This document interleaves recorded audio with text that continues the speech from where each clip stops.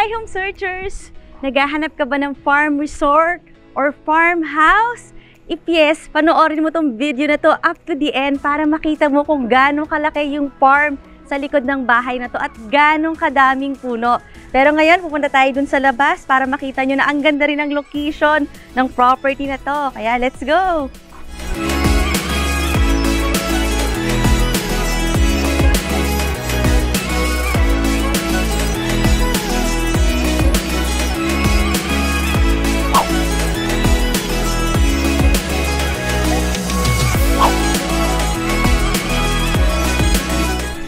Napakalapad ng frontage ng property na to. At alam nyo ba, ang lot area is 9,146 square meters or almost 1 hectare.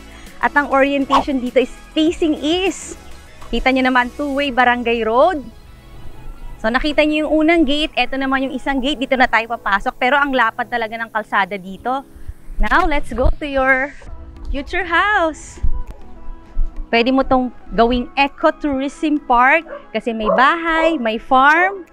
Tapos napakalaki ng parking. Siguro kasya dito kahit 10 malalaking van or SUV or pag mga sedan kahit mga 12. So ito, malapad siya. Tapos meron ka ditong fountain. Pwede ka rin dito maglagay ng swimming pool sa area na to. Ang daming puno, mamaya sasabihin ko kung ganong kadaming dalandan, nyog, kape, mangga. Ito yung isang gate na pinuntahan natin kanina, yung unang-una.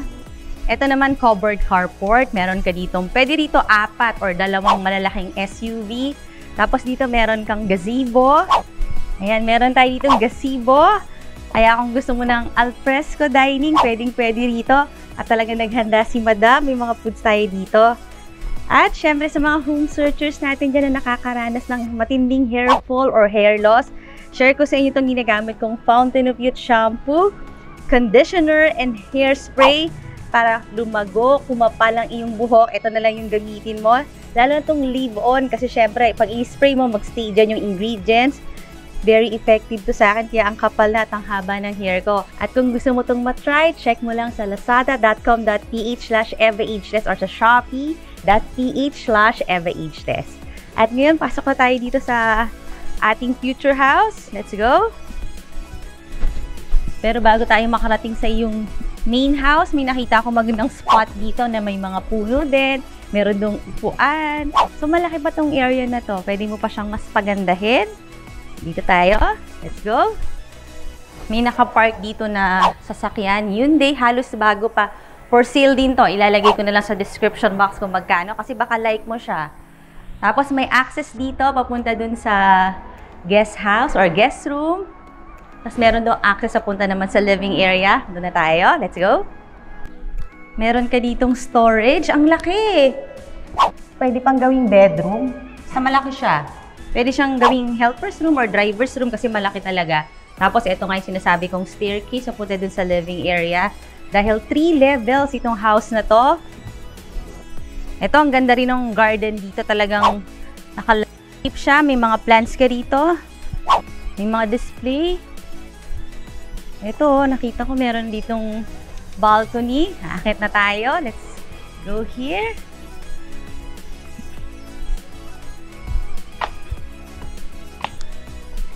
Ito na. So, ito na yung pinaka-porch natin. Napakalaki na rin siya. Pwede ka pang maglagay dito ng mga chairs. Ang ganda ng view ko dito. Kita ko yung garden mo dyan, yung neighborhood. Tapos meron dong tower kaya ang lakas ng signal dito. Hindi ka matatakot kahit nandito ka sa Lipa, Batangas. By the way, ang lapit lang din dito sa Lasal. Nandito tayo sa progressive city ng Lipa, Batangas. Kaya presko ang hangin.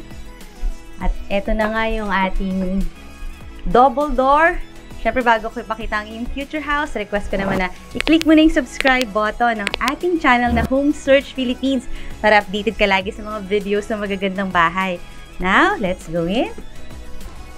And welcome to your mini mansion. Pwede mo ring tawaging farmhouse or rest house. And this is your living area na may double height ceiling at magandang chandelier. Tapos sa living area mo, meron kang access agad dito sa malaking balcony. Ayan, kita natin dito yung ating malaking garden, yung iyong hardin. Tapos yung malaki maring parking space na kasya kahit mga 10 sasakyan.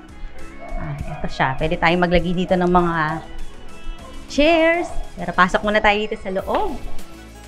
Kaya talagang mukhang mansion kasi ang laki ng living space. Tapos ang taas ng ceiling. Papunta sa second floor. Tapos ito yung access natin kung galing ka sa covered parking. Ito yon yung may staircase. Sarado ko lang siya. Nasa loob pa lang tayo ng house. Mamaya, bago matapos yung video, papakita kung gaano kalaki yung iyong farm dito sa Lipa, Batangas. Tapos, ito, meron kang room dito. By the way, itong house na to may 20 na CCTV cameras. Ito na yung pwede mong gawing master bedroom dito sa ground floor. Ito na yung iyong bedroom na napaka-spacious. Tapos meron itong walk-in closet. High ceiling sila lahat, ha? Ito yun. And meron ka ring bathroom na malaki at may bathtub na enclosed. Meron ka dito urinal. High ceiling. Itong room na to may secret passage. Papunta dun sa guest house. Dito tayo ladaan. Ayan, may balcony ang iyong bedroom dito sa baba na pwedeng master bedroom. At sinasabi ko nga, ito yung secret passage natin. Papunta dito sa isang guest room. Ang laki na itong guest room, ha. Tapos, ayun ang may CCTV uli doon. And meron syempreng bathroom dito sa ating guest room. Ayan. Tapos, sinasabi ko nga sa inyo, may access din to papunta sa parking. Yung pinuntahan natin kaninang covered parking. Ito yung staircase. So, ayan na yung parking natin. So, accessible itong ating guest room dito sa parking at saka dito sa master bedroom sa ground floor. Balik tayo sa main house. Meron kang mapapansin ditong perimeter fence sa likod ng bahay. Kasi ito na yung sinasabi kong farm na napakadaming puno. Mga 8,000 square meters siyang farm na yan. Tapos, itong lote na to kung saan nakatayo ang bahay, nasa 879 square meters. So, pwede pa talaga siyang gawing resort. Pwede ka maglagay ng swimming pool. Punta tayo dun sa may kitchen area. Ito naman yung way papunta sa dining area. Akyat tayo. Elevated itong iyong dining area na spacious. Kasya dito kahit mga, I think kahit mga 12 seaters pwede rito. May mga windows ka rito, may mga grills na rin. Tapos ang lapit niya lang dito sa bar counter, kahit mga 3 high chair pwede tayong maglagay dito. And this is your spacious kitchen. Ito may space ka dito, pwede kang maglagay ng cabinet po dyan. And you have your 4-burner stove. Bago pa daw to, itong Lagerman niya. Meron ka na rin range hood. Tapos granite, yung iyong countertop. Marami ka rin mga cabinet, mga cupboards. And kahit malaki na yung kitchen, meron ka pang daily kitchen. Papunta naman dito. Let's see. Ito yun. O, malaki pa nga siya. Yung daily kitchen dito up to here. At may daan pa dito, oh. Oh, dito siya. Oh, galing, di ba? Tapos, doon sa baba, nandun yung mga maid's room, helper's room. Pero pakita ko sa inyo yung second floor. Dito tayo. Ito yung way sa iyong second floor. Para makita mo yung full details ito, nandiyan sa description box below the video. O kaya pwede mo rin i-visit sa website na www.homesearch.ph dahil nandun yung mga pictures ito at marami ka pang makikita ng mga nice houses. Now, let's go up. Napaka-aliwalas ng bahay na to kasi kita nyo naman yung mga windows, panoramic, as may mga grills. And this is your second floor. Na pag-akyat natin, meron tayong makikitang balcony. Kita natin dito ang iyong napakalaking farm. Tapos meron ka ditong door. Kasi ito accessible dito sa bedroom na to. Dito sa second floor, isa lang yung bedroom. At papuntahan na nga natin. Ito na yung sinasabi kong cathedral height ceiling with a chandelier. And kita natin dito ang iyong living area. And this is the door sa isang bedroom dito sa second floor. At ayun yung door, yung pinuntahan natin kaninang balcony. Ito yung access niya. Ayan, meron pa siyang screen doon. Tapos kita mo rito ang iyong lupain. Yung malaking farm. Itong room na to, pwede itong gamitin as a master bedroom. Kung gusto mo nasa second floor. Ito naman yung walk-in closet mo. Diba? Spacious din. Tapos syempre, walk-in closet. Meron ka dyang mirror. Tapos ito na ang iyong bathroom. Naka-enclose yung shower. Oh, ganda. Your water closet. High ceiling din siya.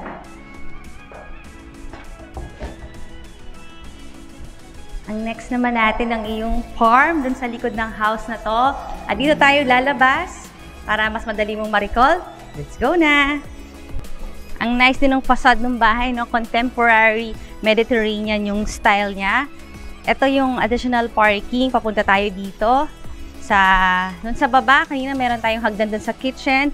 Makita ko sa inyo yung kung ano yung nasa baba. Yun yung helper's room, maid's room. So up to here, pwede ka mag-park. Ayan, ang laki ng space dito sa baba. Ito na yung additional kitchen. So kung may helper ka, pwede sila dito. Pwede mong, kung mag-a-abroad ka, pwede mong ilak lang yung iyong door dun sa taas. Meron kang dalawa ritong sink. Meron kang mga cabinets. Maliwanag ha, maaliwalas ito sa area na to. Ito naman, this is a storage. Pero malaking storage. Under the stairs ng kanilang storage, ang dami mo rin mga shelves dito. Lalagyan ng mga ano bang pwedeng ilagay dito. At least ready na yung shelves. Ito naman yung helper's room na. Ayan. Big. Kahit mga dalawang helpers, comfortable na rin sila dito. At meron silang bathroom. Ito yun. Under the stairs, may bathroom dito. Ayan. Tapos ito yung staircase natin. Yung pag umakyat ka, nandun yung daily kitchen. Ayan, labas tayo ulit. Ito yung perimeter ng property. So, kung nasaan yung iyong house, nasa loob siya ng 879 square meters lot na talagang naka-perimeter all throughout. Tapos ito na yung access natin papunta sa iyong farm. Dito tayo dadaan.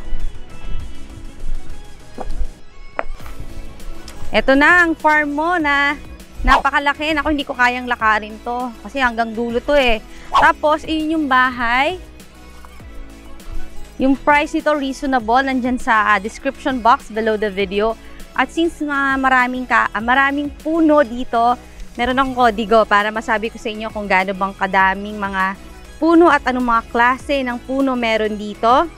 Eto na. Meron ditong 200 na lansones.